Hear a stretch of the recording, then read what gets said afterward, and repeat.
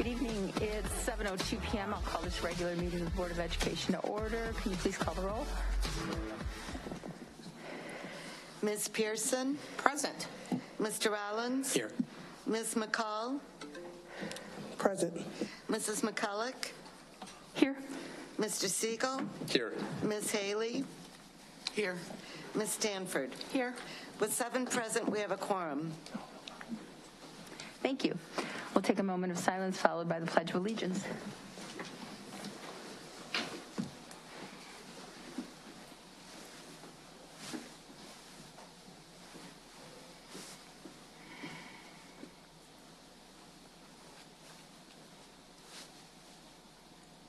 I pledge allegiance to the flag of the United States of America and to the republic for which it stands, one nation, under God, indivisible, with liberty and justice for all.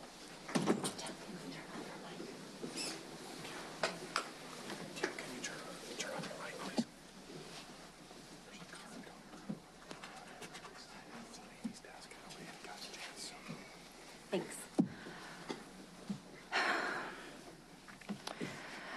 Before we go any further, thank you, Connor Childers. Connor works behind the scenes to produce the board's broadcast via YouTube live stream and Comcast Channel 20. I'd also like to welcome Superintendent Student Advisory Council Representative Jocelyn Mana-Smith. Thank you. And you're here from East High School, and we'll be listening and speaking at the next meeting. So thank you for joining us. We are going to start by celebrating Rockford Public Schools with a presentation by Brookview, and it's what they did for their Veterans Day recognition. Please come to the podium, and I believe you'll need to turn the mic on.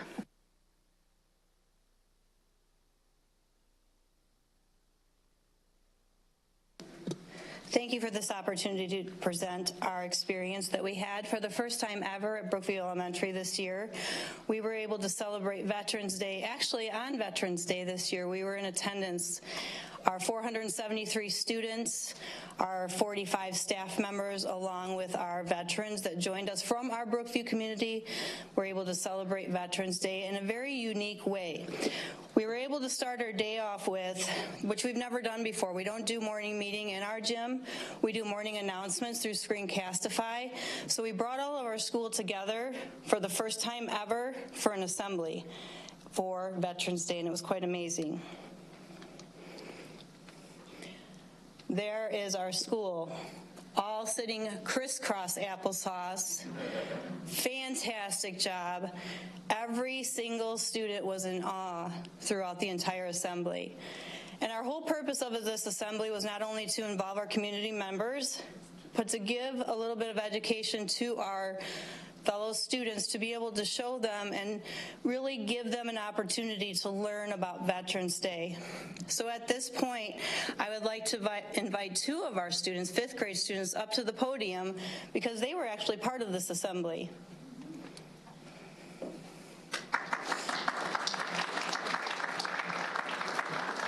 So we have Cora Carter and Natalie Lee joining us, and I really needed to hear from the girls, their voice this evening. They're going to be moving on to Eisenhower and leaving us very shortly, but they were the speakers at our assembly that were able to tell us about Veterans Day. And it was very special because they also got to invite a family member that was a veteran, and in a little bit you'll get to meet one of those family members. Girls, I'd like to ask you for a moment, what did you think about our assembly? Do you think it's something that we need to continue at Brookview? This was a first-year tradition. Should we make it a tradition? I think we should because it helped with showing and learning more about the veterans of our United States, and to new students it might help. Okay. And they can bring their grandparents up to kind of welcome them and their family to the community. Okay, very nice. So Natalie, would you like to welcome someone to our board meeting tonight? Okay, who would you like to welcome to our board meeting tonight, Natalie? My papa. Okay, Papa, will you please rise? Okay, thank you so much, Papa, for being here tonight. Okay, and Cora, what do you think about continuing this at Brookview? Is this something that you think we need to bring back to Brookview next year? I think we should bring it back to Brookview because it would be if like there's new students and if their grandparents or family members would like to be a part of the assembly, they would be they would be honored to join our Brookview community or just share where they were in and what they did, and I think we should keep it for Brookview because it's just a good way to learn about veterans and just have some good facts about veterans and a lot of those facts. So. Thank you, girls. See, I knew you could do it. We did it, didn't we? Great experience. Thank you so much for doing a great job tonight and being part of our assembly. You were our main speakers, and you told all 473 students exactly what Veterans Day stood for, so thank you so much.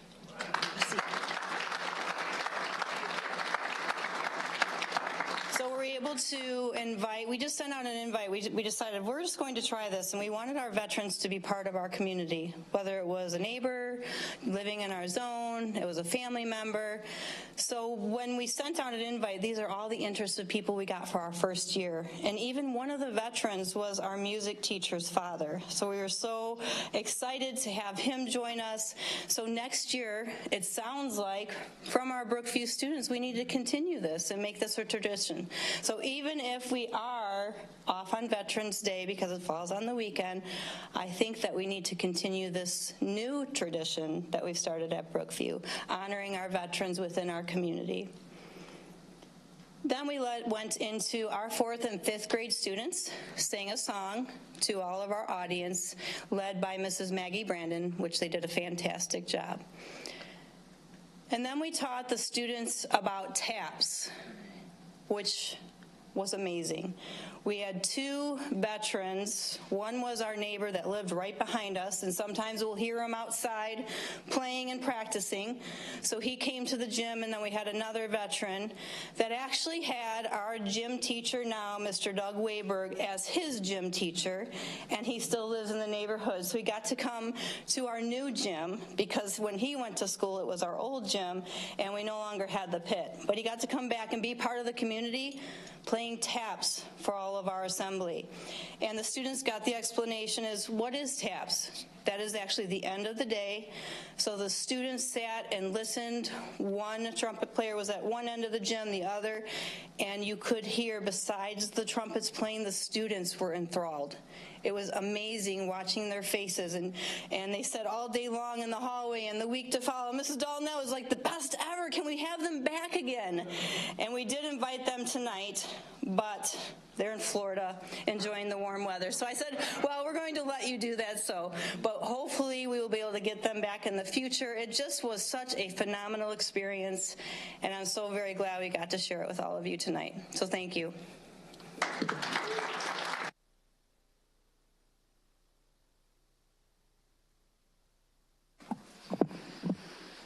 Thank you. And for the parents who are here to support your students, thank you. Appreciate that. And it's warm to hear that you were able to celebrate in the school with your students there as we contemplate our calendar for next year, for the next 2 years, actually. We'll now celebrate any speakers who would like to come forward. We're at the petitions and communications portion of our meeting. We will invite the public to make comments. The board will not respond to comments at this time. If it's appropriate, you will be contacted in a timely manner by staff. Each speaker will be allowed no more than 2 minutes to address the board. It is not appropriate to address individual board members or individual administrators or discuss matters that would otherwise be confidential in such open meetings. I'll call 2 names, the one whose turn it is to speak and the one who will speak next. If you look at your left, there is a digital clock. It shows the total time allotted to public comment. There's 2. One shows total time and the other one shows the time for each speaker.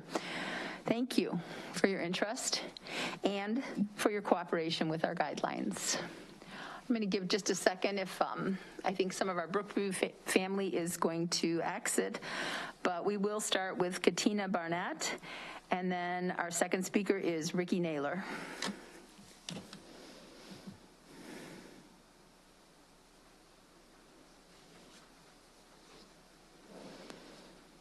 Sir, thank you for your service. You're welcome.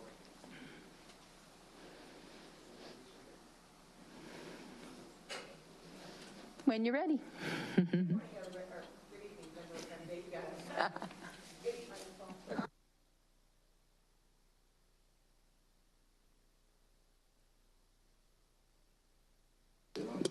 Look at that. It likes me now. For my favorite principal. My name is Katina Barnett, 1275 Union President for Nutritional Service and School Bus Drivers. I'm here to talk about the MOU that is currently in place for drivers and nutritional service. I'm currently concerned for the MOU that is in place for drivers because we, as drivers, may not be able to uphold our end of the bargain because we are losing so many members. We have so many members on the verge of retiring within the next year and a half. I just went down my seniority list. I have personally talked to 10. We need 160 drivers to drive routes. Currently, right now, we have 180 on staff, 10 that are due to retire in the next year and a half that have personally spoken with me. I'm more concerned with the fact that our last MOU with the board, previous before this one, had an increase of attendance of 66%. I'm concerned that we may not be able to reach that obligation for the MOU that we've all agreed upon. I'm very gracious that we have this opportunity to have an MOU, but I'm also concerned about the limited amount of staff that we have. Unfortunately, with that many people looking to retire, that's not going to put us in a safe zone for anybody when it comes to holding down the fort, as they say. My main concern is that right now we have 10. We have approximately 3 that are on medical, and with that buffer, we have 1 that is on administrative leave. Unfortunately, that puts us in a time crunch in a very sensitive time of maintaining a healthy fleet. If we have a flu epidemic here, we're down for the count, and that affects us all. And unfortunately, in this district, we need all hands on deck.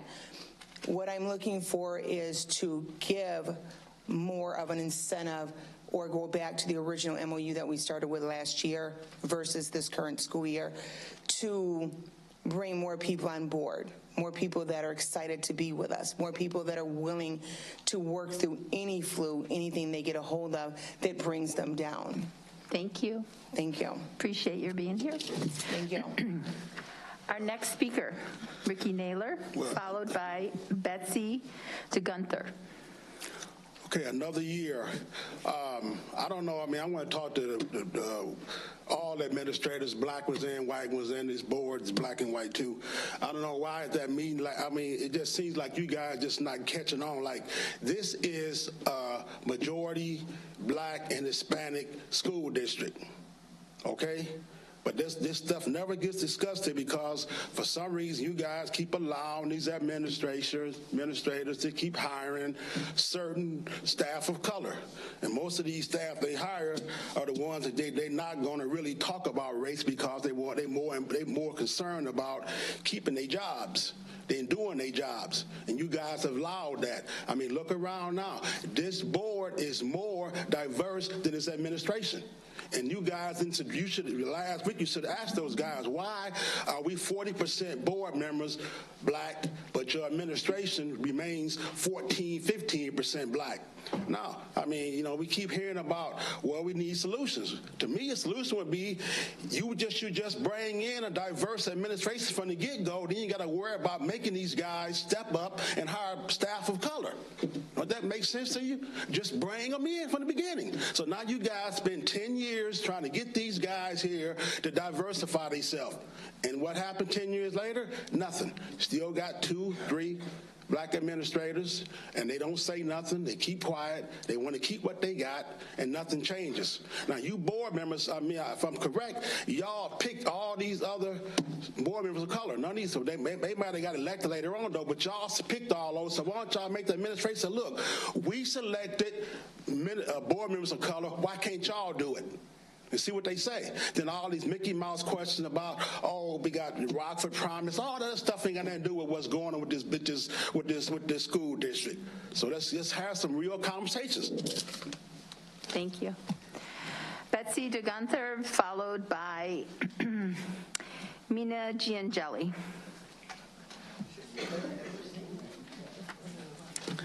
Good evening. My name is Betsy DeGunther. I've spoke to you a couple times before. I'm a retired RPS teacher. Everyone in this room knows that research shows a correlation between the success of minority students and the number of minority teachers and administrators in their school. According to the Illinois report card, in the school year 2006, the percentage of minority teachers was 5.5%. In 2007, 5%. 2008, 5.1. 2009, 5%. 2010, 5.2. 2011, 4.5. 2012, 4.5. 2014, 4.5, 2015, 4.4, 2016, 4.5, 2017, 4.2, 2018, 3.9, 2019, 4%, and lastly, in 2020, 3.8%. Since 2006, the percentage of minority teachers has dropped steadily. If success of our students is truly a goal, then someone is not doing their job, and no one is being held accountable. When will hiring administrators and teachers of color become a priority for this administration? Thank you. Thank you, Betsy. Nina Giangeli, followed by John Eckberg. Good evening. My name is Nina Gianangeli. I'm a Rockford resident, an educator in a neighboring district, and a member of the Education Committee of Eliminate Racism 815. Tonight, I'd like to acknowledge the school board's continued efforts to hire and retain educators and staff of color. As we know, a diverse teacher workforce provides benefits to all students, including improved test scores, less exclusionary discipline, higher expectations, more classroom engagement, increased civic engagement, exposure to multiple perspectives, and improved problem solving, critical thinking skills, and creativity. Indeed, we can all agree that this is the bright future we want for the young people of Rockford. To assist them in obtaining this future, Eliminate Racism 815 recommends that the district develop a proactive and persistent recruitment policy for people of color, including necessary incentives, housing, mentoring, and appropriate liaisons with other people of color, teachers, administration, and community leaders. This policy must be personal as well as web and social media based. Education Northwest recommends that the first step toward creating a policy like this means using data to forecast staffing needs and to determine who is underrepresented in the district's workforce. The district should also use data to create marketing campaigns that appeal to candidates of color, are specific to the position, and highlight the benefits that the district has to offer. I know you have a full agenda, so please take some time to consider the following question and use my contact information to get back to me. What data, if any, has the district collected to determine who is underrepresented in its workforce? And what plans, if any, are there for a marketing campaign to recruit more candidates of color to the district? Please respond as soon as you have considered the question, and thank you.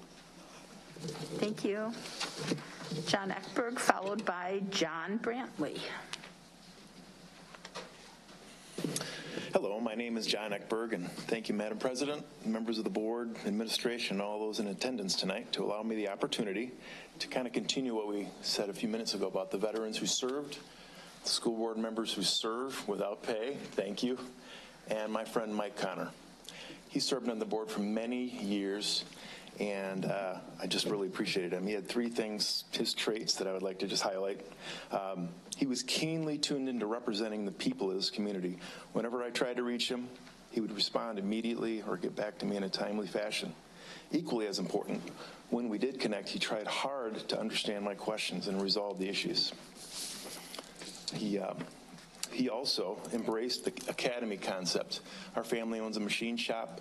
It's really great to see educators really reasoning that you don't always have to go to college first. You can think about working with your hands and your brains, and we really appreciate that. And Mike got it early and hard.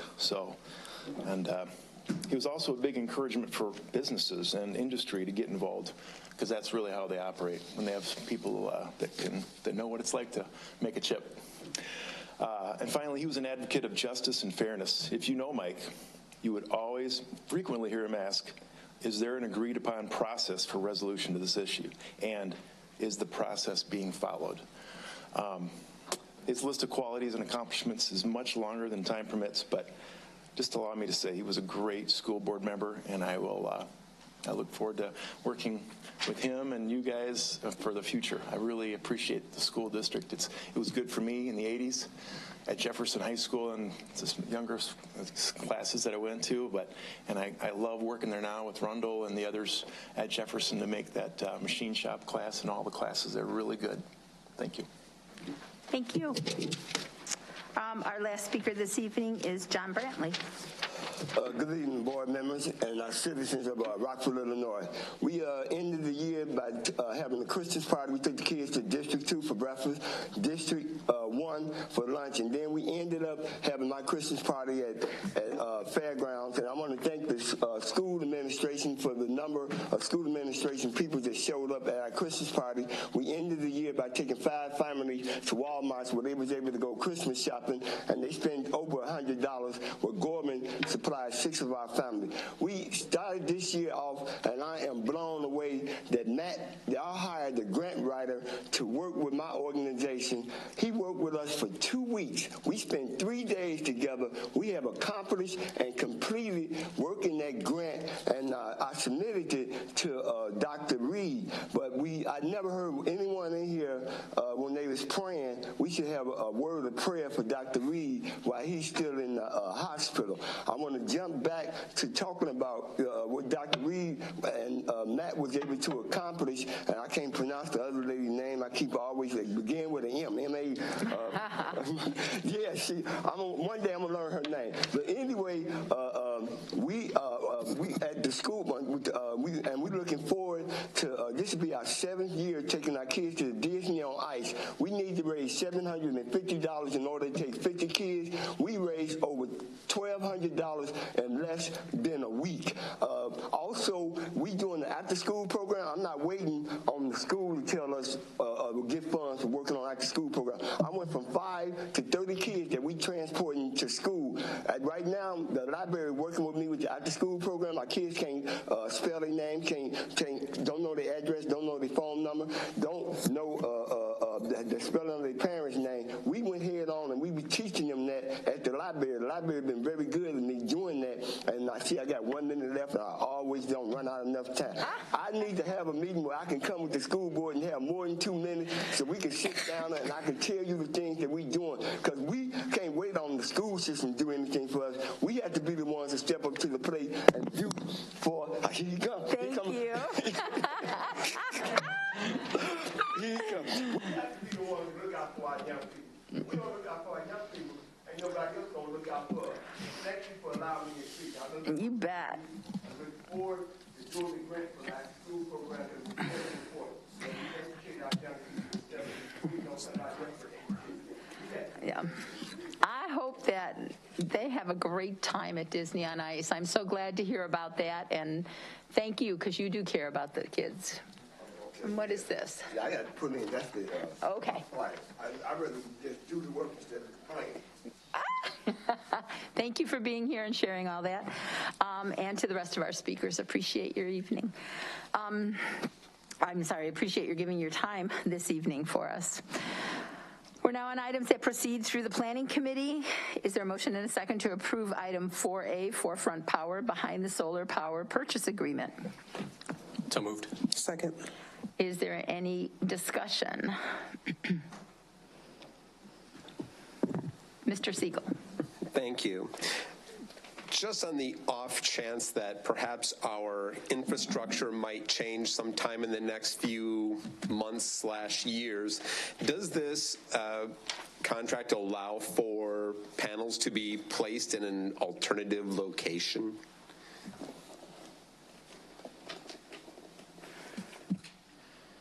Rachel's back. Obviously not all the panels, just some of them. Mm-hmm. Hello. Good to see you all again. Can you hear me? Yeah, good to see you too. We are, if there are design change, or if you know that there's an area that we should avoid, ideally we know that prior to construction, and that's included in the design process, because similar to the process for replacing the roof, and, you know, I know we discussed this last meeting, but if you all needed to do a roof replacement or roof repair, it's pretty costly to move the equipment and then replace it. So we would recommend that we're in close communication about those changes and ensure that we contemplate them prior to design. I know that there's some HVAC upgrades that are planned, and we're currently working with the team to ensure that all of those upgrades are included in the layouts. And to the extent that there's future plans known, we can address that through the design. Michael, I don't know if you want to add anything. So, Mr. Siegel, the property I think that we're discussing is Jefferson. Is that correct? That is. So currently on the schedule, that's our second to last project, which would be going in 2025. I think if there's a desire to look at something different, we definitely should be working with Forefront on that. I would say, looking at the current location and also looking at our WinGIS, there are opportunities when we talk about a concern for the cross-country area that they can traverse around the current array. There's plenty of space between property lines and where the outside between the panels and the outside fence protecting those panels would be. So I think there's opportunities to keep that array in its location, but being very cognizant of allowing room to run around that array. Thank you for accommodating my love for runners. Appreciate you. Ms. Pearson? I just have a quick question. If you can confirm the state of the roofs of the schools that the systems will be placed on? Yes. So, Ms. Pearson, there are 4 roofs that will need to be replaced prior to installing solar arrays. That is Conklin, Lathrop, Whitehead, and Guilford. And we will be replacing those roofs. I've been working very closely with Dr. Brown on ensuring we have the budgets prepared to make those replacements prior to any installation. The other roofs have already been replaced within the last 5 years, so are in new condition, basically. Thank you. Okay, seeing no other lights, I have a couple questions. I had you all get the maximum total increase that's built into this contract, and I would ask Rachel or Mike, are you allowed to increase pricing for just anything, or does it have to be something having to do with macroeconomic change? Other than that, I think that's part of the risk you take. Correct. So there's 3 areas that could drive change. That is interconnection. If we open up our switchgear and find that there's some upgrades that have to happen, that we could determine whether we want to pay for an upgrade or whether Forefront pays for that, and then that would drive an increase in the PPA rate, basically. And then the other two are also scope related, but the difference is one is tax funded, or Rachel, maybe I'm saying that wrong, but That's the 10% you spoke of. Well, or are there others? There's an investment tax credit that is, I had talked about the 30% federal investment tax credit through the Inflation Reduction Act. For that tax credit, there's certain expenses that are called eligible and others that are ineligible. So the purpose really of these adjustment criteria is so that later on, if there's a scope change, like let's say the district could decide, hey, we don't like the way you're doing this, we want something done differently. If that scope change is eligible for the tax credit, it is a lower adjustment in that for each dollar amount you have less of an increase in the PPA rate. But if it's not eligible for the tax credit, it's higher because we're essentially not getting that extra 30% incentive on every dollar. So the way the language is written, to Michael's point, it's the interconnection budgets, what we might find from opening up gear or what we might find from the utility when we do the interconnection studies. And so that's something that's unknown right now, and then it's any type of scope change. So to your question, it's not meant to just be for any increase that we feel like doing. It has to be justified as a change to the scope as anticipated today. So as I've said from the beginning, I'm disappointed we didn't take it out for bid. My understanding is that this is somewhat of a within the normal industry standard for what's going out right now. But we could have done better, perhaps.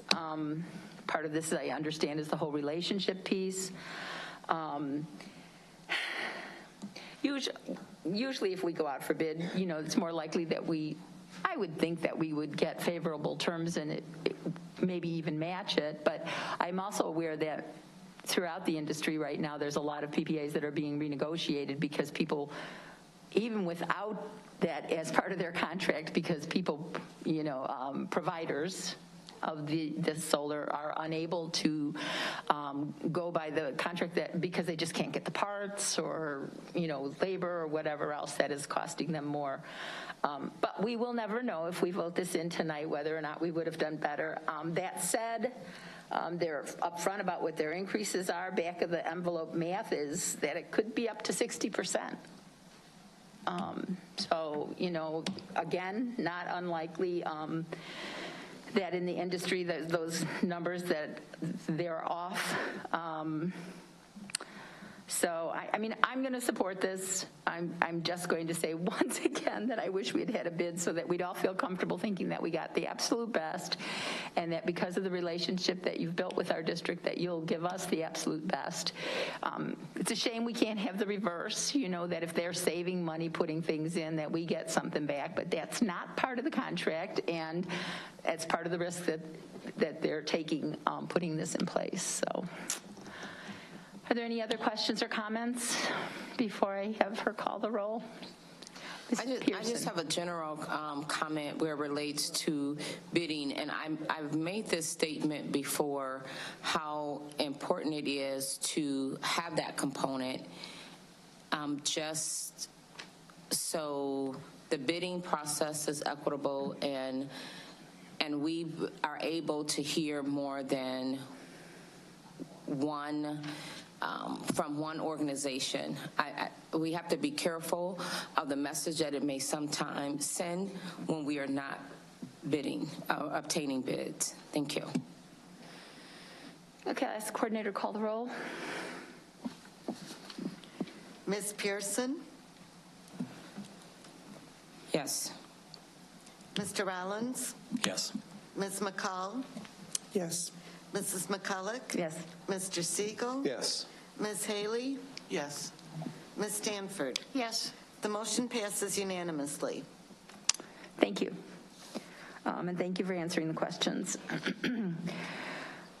Is there a motion and a second to approve item 4B, which is the master library facility space scheduling software?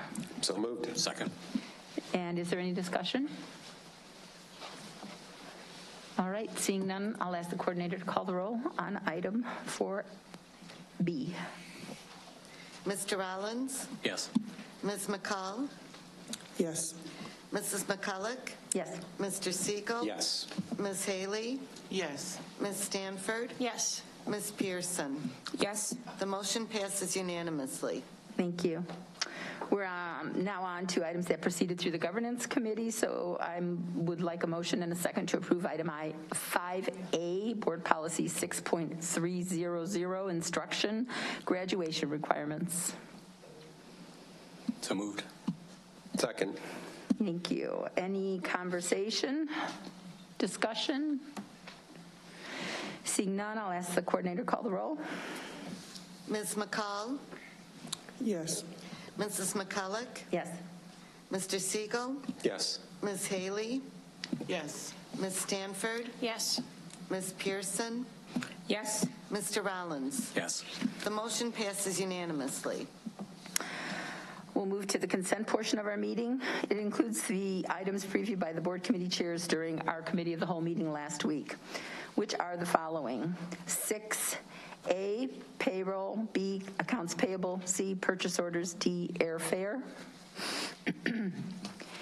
E, monthly cash and investment report from November of 2022; F, the financial results from October of 2022; G, construction pay request log, the special check run; H, the construction pay request log; I, the RFP 2308 digital fingerprint equipment; J, the IFB 2315 HVAC upgrades for Hillman, McIntosh, Gregory, and Nashville schools; K, the IFB 2329 asbestos abatement at Froberg, Auburn, Westview, and Fairview; L, the IFB 2336 security vestibules at Kennedy, Marshall, Eisenhower, and West schools; M, 2023-2024 academic calendar; N, salary increases for RPS 205 substitute teachers employed through Kelly Services; number 7A, Antoine Harris Group LLC, Arbesser; 8A, meeting minutes from 11/29/22, which have been corrected; 12/10/22 board member retreat,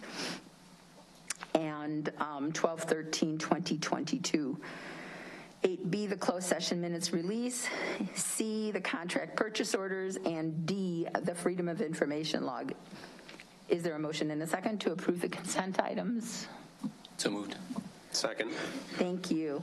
Are there any consent items board members wish to have pulled for separate consideration? Ms. McCall. 6M. Mr. Siegel. 6N. Seeing no other lights, I'll ask the coordinator to call the roll on the consent items not pulled. Mrs. McCulloch? Yes. Mr. Siegel? Yes. Ms. Haley? Yes. Ms. Stanford? Yes. Ms. Pearson? Yes. Mr. Rollins? Yes. Ms. McCall? Yes. The motion passes unanimously. Thank you. I'll take a motion and a second to approve 6M, the academic calendar for 23-24. So moved. Second. Thank you. Discussion? Ms. McCall. I just had a question regarding, I know at the last meeting I asked about the resolution regarding working with Head Start and compiling the calendar, the dates, and to see has any of that taken place. I know I've received some correspondence stating that from the last calendar change how there was not any coverage because the Head Start teachers were not off on those days and things like that. So I just wanted to see where was that resolution going before we, and if you guys were working together with Head Start to try to avoid the stuff that happened this last year. So those conversations have begun. They will not be resolved prior to the board reviewing this calendar, but Kim Nelson is attempting to work there. We don't have any kind of authority to be able to require Head Start to change. They have their own, they are their own entity, and it's a shared partnership. So we are bringing this forward with a commitment to continue to work with them to try to resolve that issue, but we have not resolved it at this time. So it is my understanding that when we approve this calendar, it would just go forth and we would potentially have the same issues of lack of coverage and bus coverage for the Head Start students this upcoming next year. That's correct. If we are unable to resolve it, we have started those conversations and are hopeful that we can resolve that issue with Head Start. In the interest of our families having our calendar in place, we wanted to make sure that we at least got this out. We can certainly if we needed to, we could make amendments, but I think we're getting on the late end of for future planning for families for next year. But particularly with the 24-25 calendar, obviously we could make amendments to that if need be. We'd have more flexibility there. We are committed to it, but lack any positional authority. So we are just requesting at this point that they would make modifications to their calendar and remain hopeful that they will do so. At DLT meeting on Monday night, there was a conversation a lot about early childhood, and this was something that came up. But one of the things that early childhood has is once a month they have what's called a non-program day, where they don't actually have students in there, and so there was some flexibility. I'm hoping, I don't know that there is, but there are places that they are looking to try to coordinate on that. And are we voting on the 20? I thought we were just voting on 1 year. Are we voting on 2 because it's listed as 1 in the? We have 23-24 and 24-25. That's not what's on the agenda, though, so I think we can only vote on the 1. The only attachment is for 24-25. There is an attachment for 24-25, but the agenda item itself says 23-24. Well, we'll bring that back next week. I think we previewed both at Committee of the Whole, but we'll make sure the labeling is correct for next meeting. Tim? Yeah, I was just trying to figure out, have there been any changes from what we looked at in the Committee of the Whole? Because it looks like President's Day. Yes, I highlighted to the board there are 2 changes that were requested. I mentioned that at the last meeting, and we did bring those forward. One is that the makeup day for missed parent-teacher conference not fall within spring break, so that was changed. And number 2, we added back 1 day, President's Day, as a Monday, as opposed to ending the year earlier. Those were 2 requests made from the REA leadership after they had significant conversations with their membership, and they requested that both of those changes be made. And the President's Day one was because teachers needed a day off in February because there's too long of a break between our Martin Luther King Day off and March break. I think there was just a request to have that date in there. But the justification that they gave for the request was? I think the having another Monday opportunity during the second semester was the request. That was their rationale. Any other questions, conversations? So we're just going to be voting on the 23-24 calendar, and I guess we'll have to bring back the other. Is that correct, Ms. Hoadley? Since it's not on the agenda? Okay. And I'm sorry I didn't catch that sooner. Would the coordinator please call the roll? Excuse me. Oh, golly, I didn't see your light. I'm sorry. No worries. So I am concerned that we don't have an active plan and to prevent the issue with Head Start, as I mentioned last week. And I understand that we must have something in place, definite for our families. I certainly respect that. But when we have an opportunity to either make an adjustment or proactively resolve issues, we should take advantage of that. So, it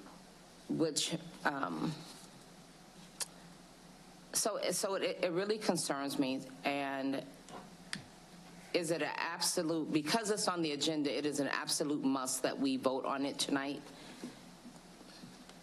Is it an absolute must that we vote on it tonight? Unless you make a motion to table it and you have the support of the board to do so. So I make a motion to table it, to give a little more time to work out a proactive solution to avoid the collision that we had last year. And do you have a date? Yeah, I know. You have to have a, can you give me a date? Table it till? So the second board meeting, I'm flexible, but the second board meeting in February, is that too long?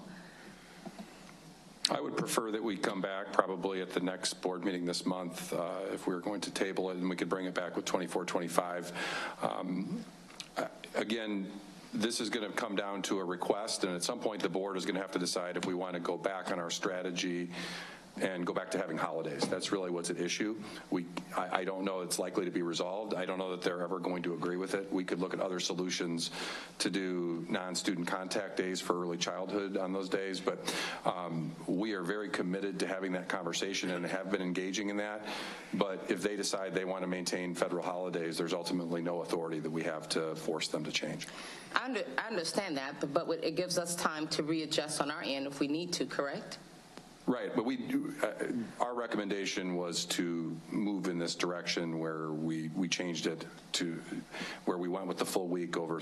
So this is reflecting the recommendation of conversations that we've had with the board up to this point. So if I would need the board to give me direction that you wanted us to go back to the old way of doing the calendar to match Head Start's preference. That would not be my recommendation to handle it that way, but we can absolutely do that if that is what the majority of the board prefers.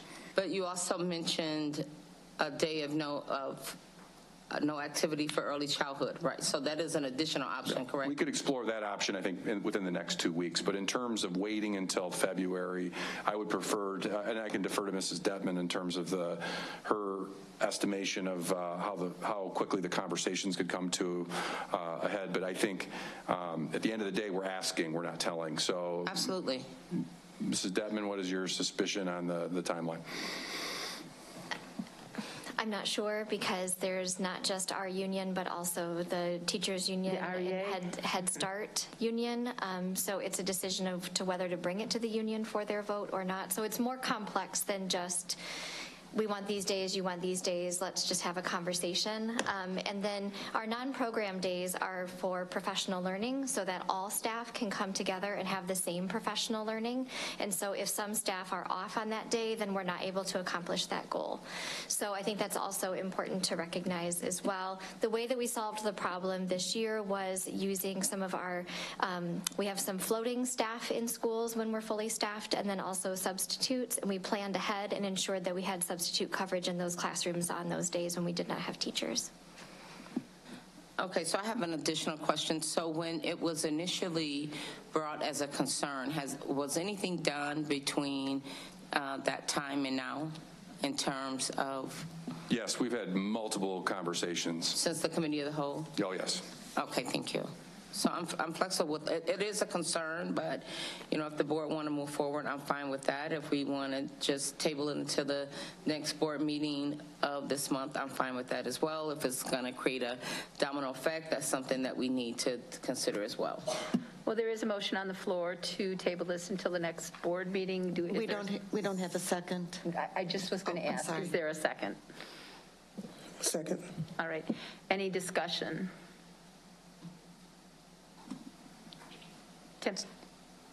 More, not really discussion, more questions. So the issue is that our calendar no longer matches up with Head Start's calendar. That's the issue? Yes, and last year it was a problem because some teachers weren't present because of the holiday. Correct? Yes, Head Start teachers are still, my understanding is the Head Start teachers are still taking the federal holiday because that is their calendar. And I am not aware if they are, and they certainly aren't meeting with students on the days we're taking off. So part of our request will be, we would hope they would modify their calendar to reflect when the students are there. But we are, in a sense, at an impasse. If Head Start would prefer to allow their staff to continue to honor those holidays and take those holidays off, which is their right, they are working 4 days less with students, I believe, over the course of the year. And Head Start's a city program? It is. This is a partnership. This is a small percentage of our overall service of early childhood students, but there is a partnership in 2 of our schools. And the teachers we're talking about, are they our teachers that are working through the Head Yeah, so Start we'd have to. No, the teachers that they want us to change are our teachers. These are, I'm going to turn over to Mrs. Devon to explain. Yeah. We have 16 Head Start partnership classrooms in our district, so it's an impact of 16 Head Start teachers. So when they are not in attendance, then we use sub-coverage to cover those classrooms. So that's the impact of 16 classrooms. But is the ask for us to be able to change our schedule to match their schedule? What is it We simply have a misalignment of calendars on specific federal holidays, and last year I guess our conversations didn't take place in a timely manner, and so we use sub-coverage. This year we have plenty of time to plan for the year ahead. The steps that we would need to take, we've already met with Head Start kind of informally, and now we need to formalize that conversation and ask the question, will you be taking your calendar to your union in order to negotiate these holidays and align our calendars? That's, again, a request. It's a choice. And if we can do that, great. That works out for everyone. If we're not able to do that, then we'll have to have a backup plan like sub-coverage, which we used this year. So essentially, we're just a small sort of slice of overall classrooms, and we're trying to ensure we can all get in alignment. But there is just some extra steps there because of the partnership. And you'll know timely enough so that you can make preparations or plans to have I the believe subs so, and so we're filled. Okay. increasing the formality of that process essentially as the board prepares to adopt the calendar. Okay. And I just want to be clear that I'm only asking that we avoid a collision. That's it. That's all. So whatever we need to do that, I'm fine. So it may not.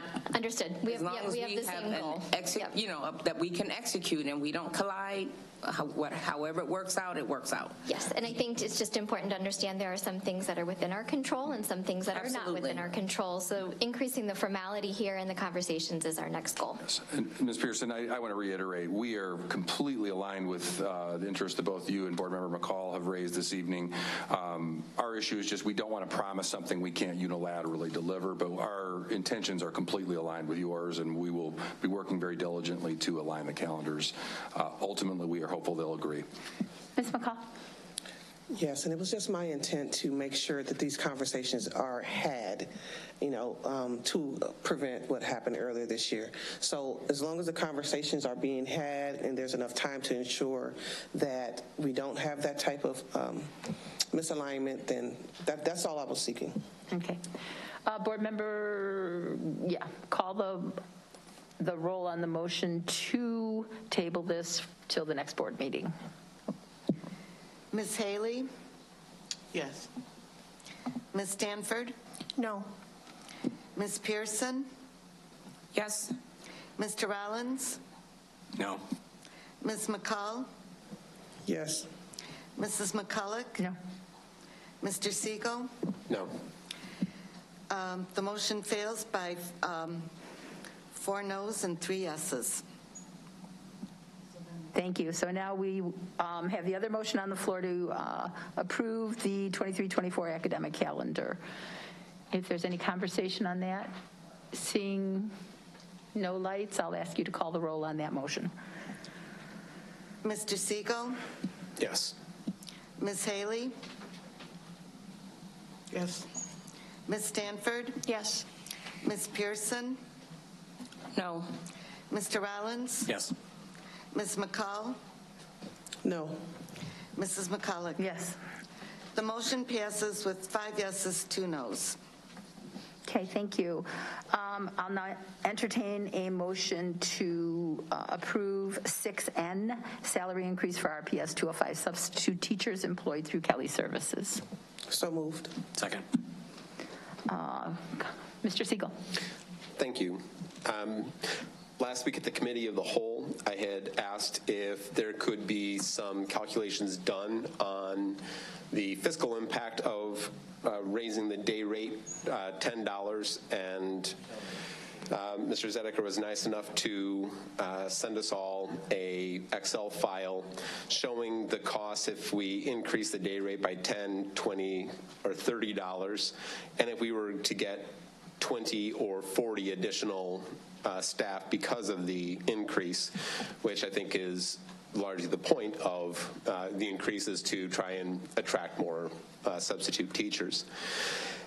If we simply raise the day rate by $10 and acquire no new staff, the fiscal impact for 100 working days would be $260,000. To get 20 additional staff with that $10 additional day rate would be an increase of roughly $600,000, 598. I was an English major, sorry. I'm curious if there's a possibility of doing an MOU, and instead of doing an increase to the day rate, we were able to do a hiring incentive, because it seems like we could do an awful lot of attraction with a really pretty nice hiring incentive. Maybe create a boost to the attendance incentive that is already existing. And I was hoping that we could, if that is possible, if we could have a little bit of a discussion about it. I guess we would need somebody from legal or HR to say if such an MOU is even possible under the terms of the contract.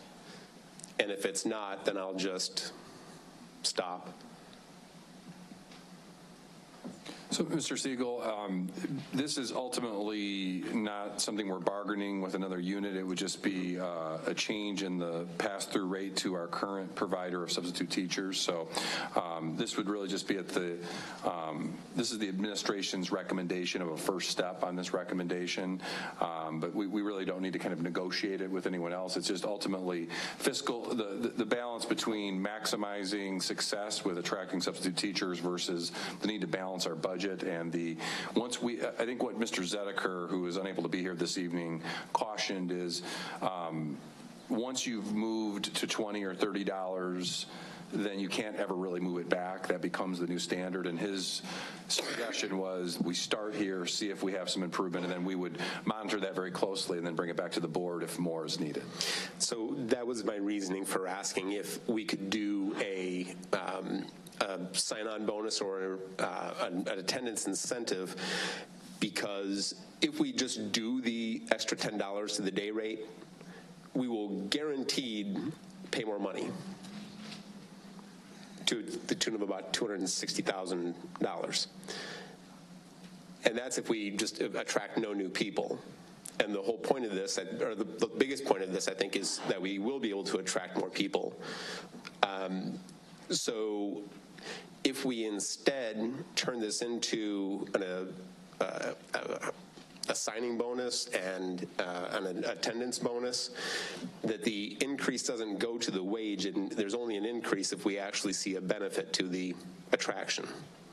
So, Mr. Siegel, I think we can ask Mr. Zediker and Dr. Brown to come back with a review and a potential proposal to see if we feel comfortable recommending the signing bonus suggestion.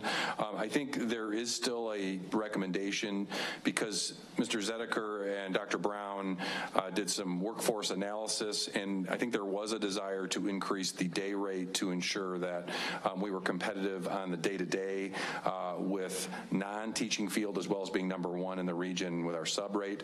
So I think we are going to be recommending that, but I can certainly bring back to Dr. Brown and Mr. Zediker your suggestion regarding looking into a signing bonus, and we can pick a time to get back to you and the board in terms of next steps with making that recommendation. I think we were reluctant to go any further than this, but we can absolutely have that conversation and let the board weigh in on that as well.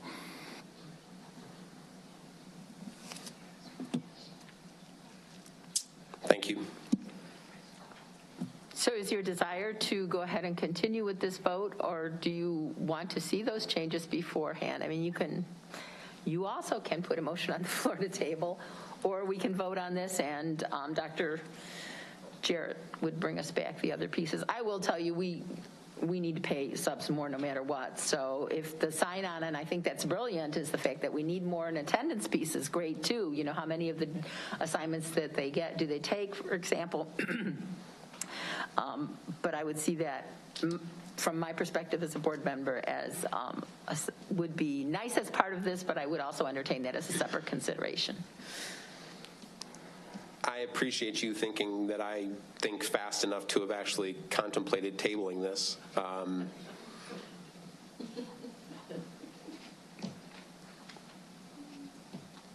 So I also agree that we do need to bump the day rate, and I guess I would just really urge the administration to consider additional strategies.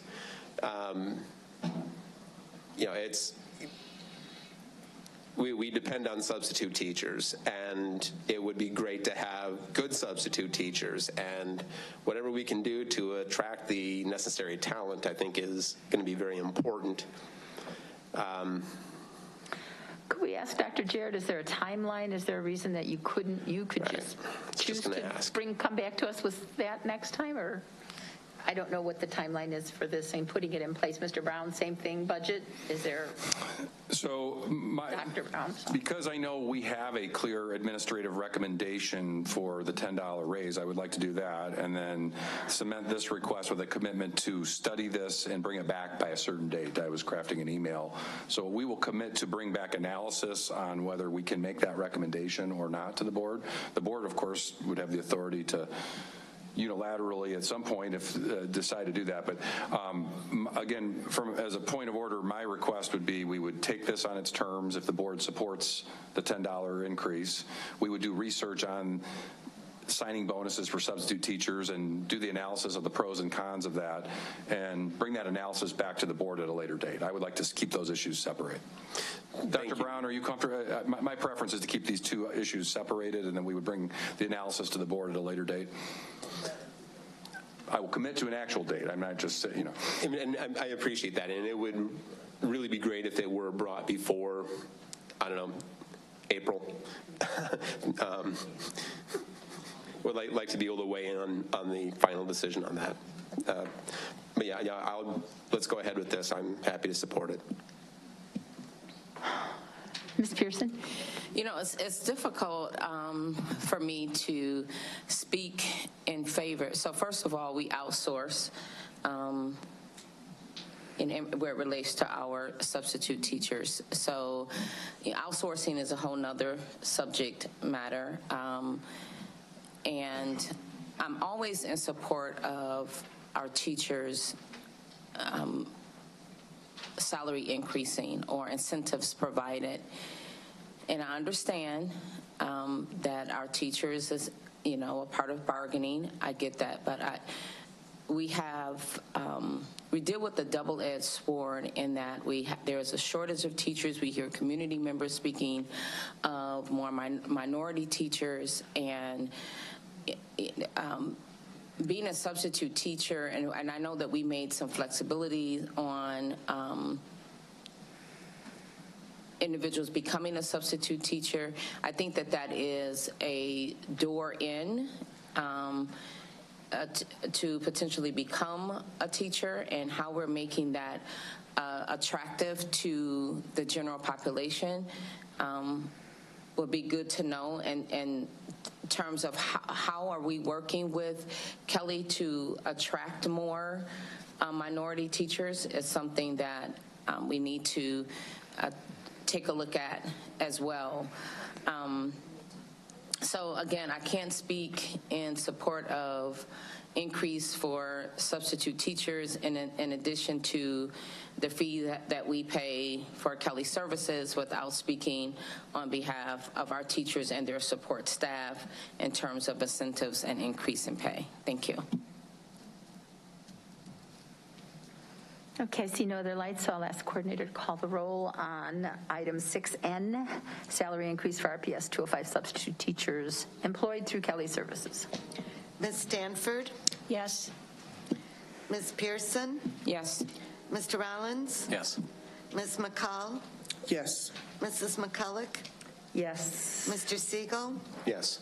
Ms. Haley? Yes. The motion passes unanimously. Thank you. We'll now move to the closed session consent agenda. This includes item 9A, appointment of Megan McNeil as the 12-month staff attorney assigned to the administration building. B, the HR organizational report and addendum, and the closed session consent items for student discipline, which include the following EIAs.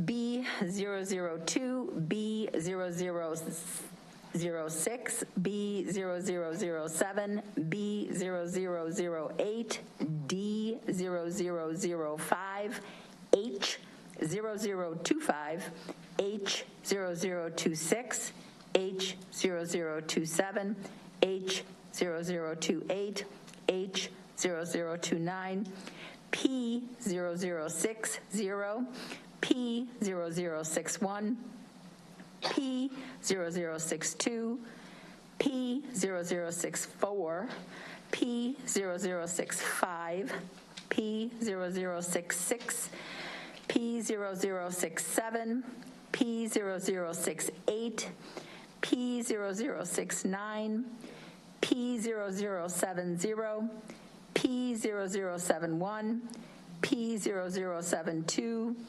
P0073, and P0074. Is there a motion and a second to approve those closed session consent items? So moved. Second. Thank you.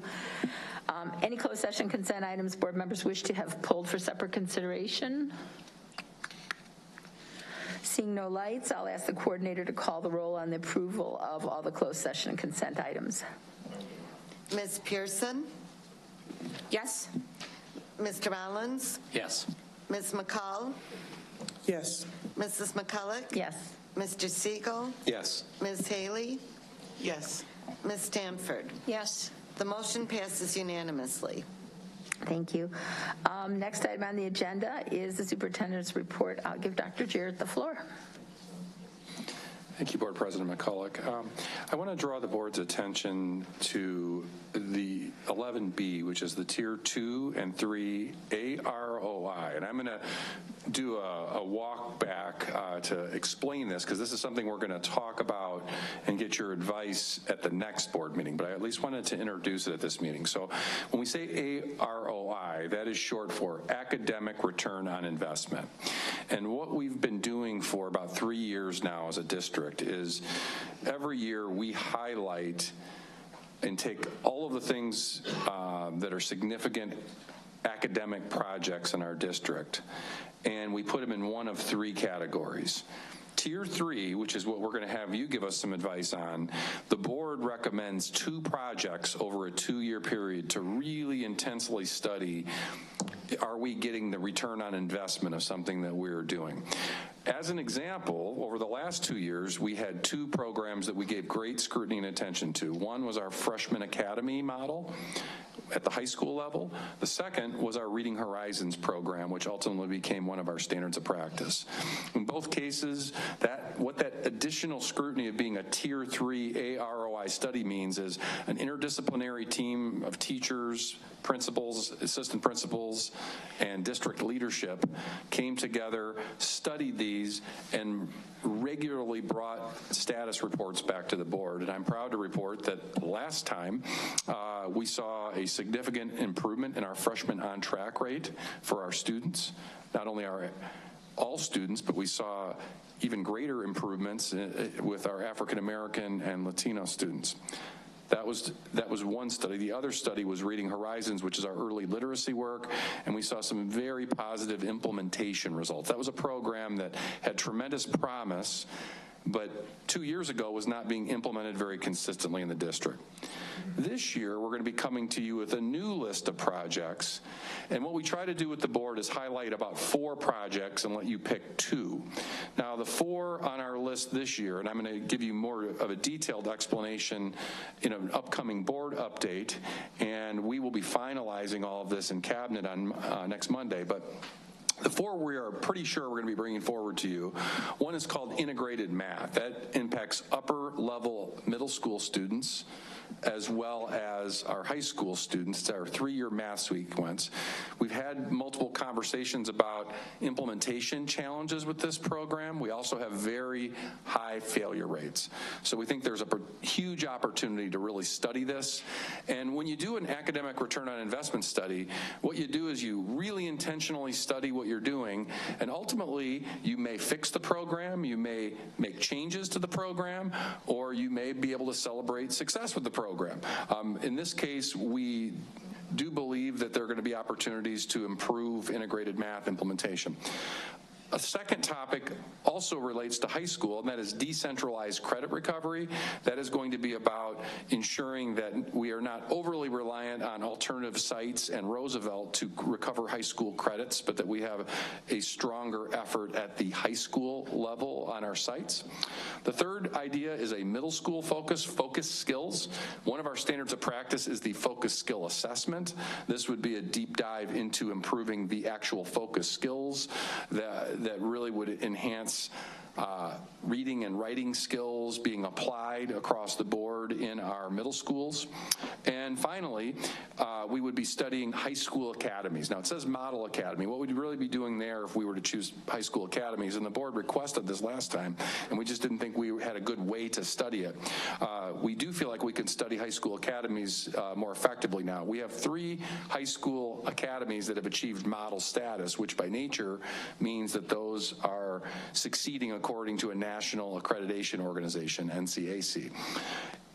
What we would be able to do is compare the 3 model academies to the other academies that have not reached model status. We would also be able to verify if once an academy achieves model status, does it continue to drive things like graduation rates, improve student attendance, engagement, et cetera. So that's a quick overview of the 4 Tier 3 options that are likely to come before you. We also will share with you our Tier 2 options. Now, Tier 2, instead of those being managed by multiple board presentations and conversations, those you get multiple board reports. We bring those to cabinet and study those, and we also put those in the board update. Miss a week, you miss a lot with our weekly board updates. So those are often covered in there, and we have a multiple seasonality to that. We have not finalized that list, but you can see some of the topics we are contemplating. And then finally, Tier 1 really are managed through the budget manager process. So that's where individual cabinet members and district leaders are managing the success of existing programs. That list changes. Things become institutionalized and fall off that list. Things are added when they are new, but those don't come before the board other than they are, you'll notice when we do our next round of board presentations, those are always included in the presentation, what things are being covered in that area. So you can just see those once. You see the Tier 2s multiple times in a report format, and whatever you select for Tier 3, 2 of them will move down to Tier 2, and 2 of them will be a real area of focus for the board. I'm excited to give you that opportunity. I think last time what I'm excited about is when we did this over a 2-year period, we actually saw a real impact on student achievement, and we saw in multiple instances that it made a difference. So we're looking forward to having a full conversation about that at the next board meeting, but before we put you in a position to make a recommendation to us about what we should put forward, I wanted to make sure that you had some background on what academic return on investment is and how it works. But really, big picture, if you really simplify this, academic return on investment is a takeoff of a business term that's been around for forever, the idea of return on investment. And that's talking about are you getting your money's worth? Well, essentially what we're going to be doing with two programs here is the board and the administration is going to lean in really heavily and say, are we getting our academic money's worth? In other words, are we getting our student achievement that we want out of these really often expensive programs in terms of not only the real cost of the programs, but we also figure in what the staff cost is, whether it's professional development or actual staff hours to implement these. So not only are we looking at student success, but we're also looking at what these actually cost in terms of time and money. So more to come, but I wanted to make sure the whole board had an opportunity to understand what we mean by academic return on investment and to know that we'll continue the conversation at our next meeting. Thank you. Are there any questions at this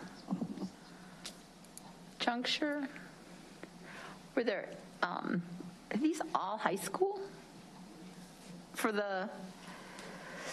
We do have one middle school option, and we're pretty heavy in Tier 2 with elementary, and we did hit Reading Horizons last time in elementary. So we have kind of a middle school and heavier high school round this time as we deliberated. Is there anything else any other board members don't see on the list or might want to see on the list? I mean, if something comes to mind over, I'd please make that suggestion, because sometimes internally I think they were trying to hear us on academies, but if there's something we want to see to find out that our return is worthwhile, or if there's questions, I would encourage you to do so. This is the time. So, okay. And is that the end of your report, Dr. Jarrett? That ends my report. Thank you, Board President McCulloch. This is an opportunity for board members to make comments. Would anybody like to say anything? Not about running, David? All right.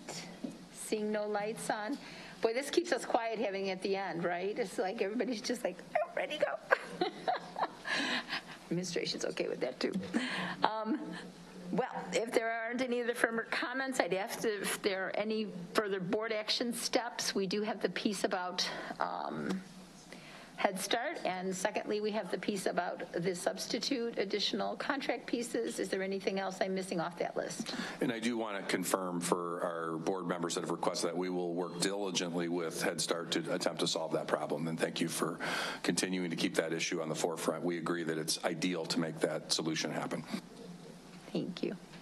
All right, seeing no lights, I'll entertain a motion and a second to adjourn. So moved. Second. Thank you. All in favor? Any opposed? Same side? None. We are adjourned at 8:18.